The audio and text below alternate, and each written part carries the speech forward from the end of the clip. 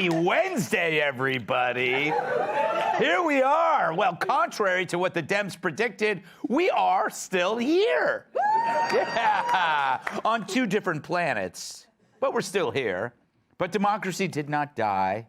But then again, neither did stupidity. That immortal. Just like Madonna's face. But if you're ever wondering how things will go politically, it's often like Joe Biden trying to get back inside the White House. You never know where you're going to end up. It appears the red tsunami may be more like Gramps peeing with an enlarged prostate. A very weak stream. Yeah, you probably didn't need that part. The obvious hope was that this would be a blowout, but instead it was a mixed bag. But what's so ironic is that in states like Michigan, Pennsylvania, and New York, where Democrats won, it's actually Democrats that are going to suffer the most. They voted for their own punishment. True, it sucks for me living in New York, but once the kids are all grown up, I am so out of here. Kids are what I call my quads. They're beautiful. But maybe it was about abortion. The Supreme Court gave young liberal women the motivation. For your typical middle-class, college-educated woman, stuff like inflation and crime, that seems like other people's problems. Most people don't think they're going to get murdered until they are. But abortion, they always want that option open, even if you think that's murder too. Thank God fetuses can't vote. But step back and you'll see something obvious. Everyone got something that they wanted, and everyone left last night a little disappointed. That's democracy. And also how I describe a night hot tubbing with Larry Kudlow. But there is good news for people who still crave a good balance of power. Because like every ex-wife, the Republicans are poised to take the House. Not by a huge margin, but face it, that's better than not taking the House. A win is still a win, blowout or no blowout. It's like a football team who is a 4 TD favorite but only wins by a field goal. It's disappointing, but it's still a win. Fact is, you get a Super Bowl ring if you win big or just barely, or if you divorce Tom Brady. She's going to come home and find me wearing one of those rings. But I'm bummed to have a Democratic governor in New York. I was kind of hoping to make it through 2023 without getting shot in the neck by a naked homeless man shouting show tunes. It's true, Alec Baldwin still lives in New York. But even losing, Lee Zeldin is a hero. He put crime front and center, and that flipped several House seats. Thanks to Zeldin, every single New York State county shifted right. He got within 5% of winning. Cuomo won last time by 25%. So be happy. As long as you have the House to check the crazies, that's gold. Even by a single vote, you still need the House to investigate Hunter, to hold the purse strings, and to one day approve of National Greg Gutfeld Day, which is happening. Yes. But I'm pleased that DeSantis crushed it. He's looking like the future of the party, while New York is looking like the end of Planet of the Apes. Beto lost. That's two words that seem to always go together. Just like... All right, move on. And so did Stacey Abrams. She got shellacked.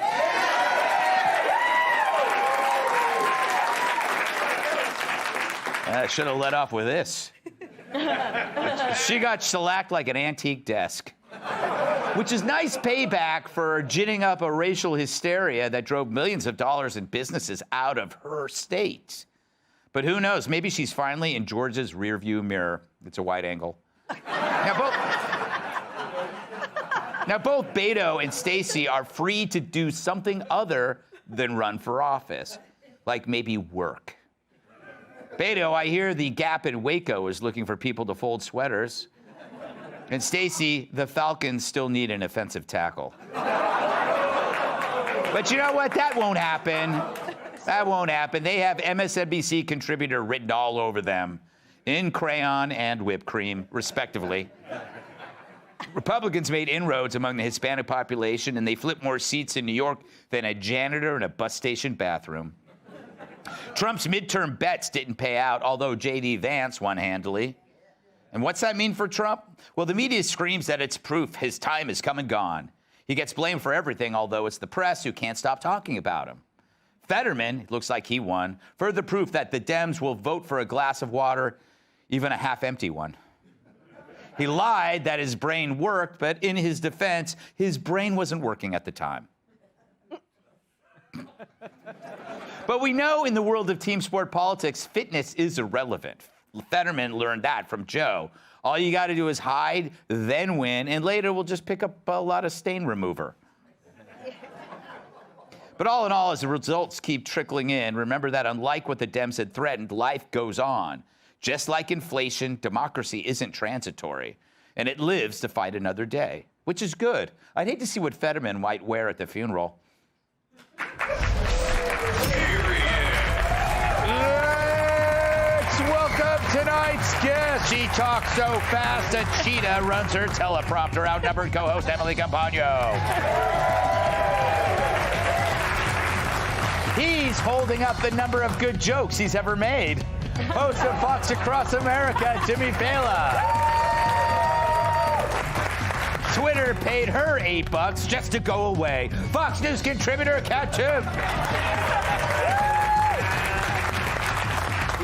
When restaurants ask how many are in your party, he answers yes. My massive sidekick in the NWA World Television Champion, Tyrus. Emily, first off, happy birthday. I hope you enjoy the gift that I got you someday. So I was doing the 5, and I was just getting tired of all the doom and gloom. It's like everybody, they set the people on the right set themselves up for something impossible, and the people on the left did the right thing. They set themselves up for something so dismal that it can't be that bad. That's how you should live your life. You should be a pessimistic optimist or an optimistic pessimist. What say you, birthday girl? Well, you know I'm just a full-blown optimist. But I agree with you that the truth is somewhere in the middle. And I loved how you phrased it in the beginning, because we had a saying in law school, C equals JD. All you needed to do was pass. Yes. And then you would get that degree, right? Yeah. All you needed to do was pass the bar. And when your attorney walks in, do you really know if they got a C or an A? You probably don't. So to your point, what matters is that control of the House. What matters is hopefully the control of the Senate. And what matters then is what McCarthy has stated, what we do once we get there.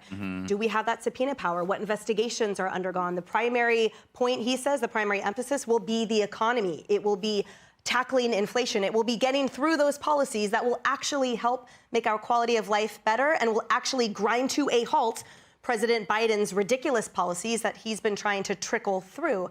I also think the greatest lesson is Florida, which just 4 years ago, think about it, that, Ron DeSantis, he's 44, and he squeaked through winning the gubernatorial race. Yes. And now, historical inroads in formerly blue counties with the Latin vote, with so much more, and by sticking his head down, rolling up his sleeves, and being a leader on policy, as he says. He didn't let COVID restrict businesses, education first, parent autonomy. He never apologized for anything, and he was always on point with messaging and with action. And that is what we need to do in the next 2 years, and then 2024, glass half full. There you go. Well done. Better than my monologue. Jimmy, I look at the Republican performance last night like your shirt. It's ugly, but it serves a purpose. Oh, yeah. Oh, no, listen to me. I really do look like a fat magician, I thought it looked good, and then I threw it on. I look like David Copperfood. You know what I mean? It's not good. And I do want to applaud you for being such a good mood on your birthday. Like, I appreciate that. My last girlfriend was one of those miserable, but like, oh, I'm so old, I'm so ancient. I'm like, relax, you're 11. You know what I mean? You don't even have homework. And you were tomorrow. 13, so everything was good. Way to clean that up, Gutfeld. That's how we Good keep job. that in edit. We keep that in edit by saying, but he was 13. Good job. Because that was the last time he had a girlfriend. Hey. He's so lonely. Hey. All right, say something about last night that we can keep. I actually think, no, stop it, that was fine. I actually think we're all being unfair to Beto. Because in seriousness, no one has done more to clothe the people in third world nations than Beto for governor, Beto for president, and Beto for Senate. Yes. Do you realize the hottest fashion brand in Honduras right now is Beto anything? Yes. And so in that regard, he deserves our respect. I would love one of those shirts and wear it ironically the way he would. Well, the thing is, they don't make them in kid sizes, so you'd have to hold out. fair enough. He's like, Jimmy, you fat idiot. You guys are like, yeah. I'm like, are you sure? You're like, how dare you? I can survive the slings and arrows of his insecure insults. Tyrus, are you surprised that democracy is still standing? Yeah, I was getting ready for anarchy this morning. I was like, I don't think I have to get in the car to go to work because I'm going to take over this block. I had already called my friends. I forgot to call off Jebediah. All right, well, I'm sure it's not too bad. What the biggest thing that takeaway from last night that I had was, one, we need bridge builders. And it doesn't really matter whether you're Republican or Democrat. If you lead and you lead the right way, people will gather. And what we saw in Florida with Rubio and DeSantis was they led. They led well. Their state got better. People liked so much what was going on there, they moved there. Right. And you saw an entire state come together. And it wasn't a Democrat, Republican, independent thing. It was a Florida thing. And we saw that again. We also saw that with Kemp, and we saw that with Abbott, because they led. And they led from the best interests of their constituents. And I think everybody else could take a lesson from that, because most of this election was based off of fear. So much so, they wouldn't even debate the issues. Why bother? We'll just stick with January 6th, election deniers, taking away your rights, and democracy ending. And they all kind of fit together real nice. Yeah. So if you were a moderate Democrat who was thinking, you know what, I really hate the crime in my neighborhood, but I can't risk, anarchy. So everyone stayed in their tents, and we saw what happens when you lead in Florida, in Georgia, and in Texas, and that's what the model needs to be going forward. Yeah, so there's going to be a runoff, I think, between, what's his name? Which favors who? Yeah. Runoffs typically favor Republicans. But the fact that Herschel was even in it, Yeah, that's true.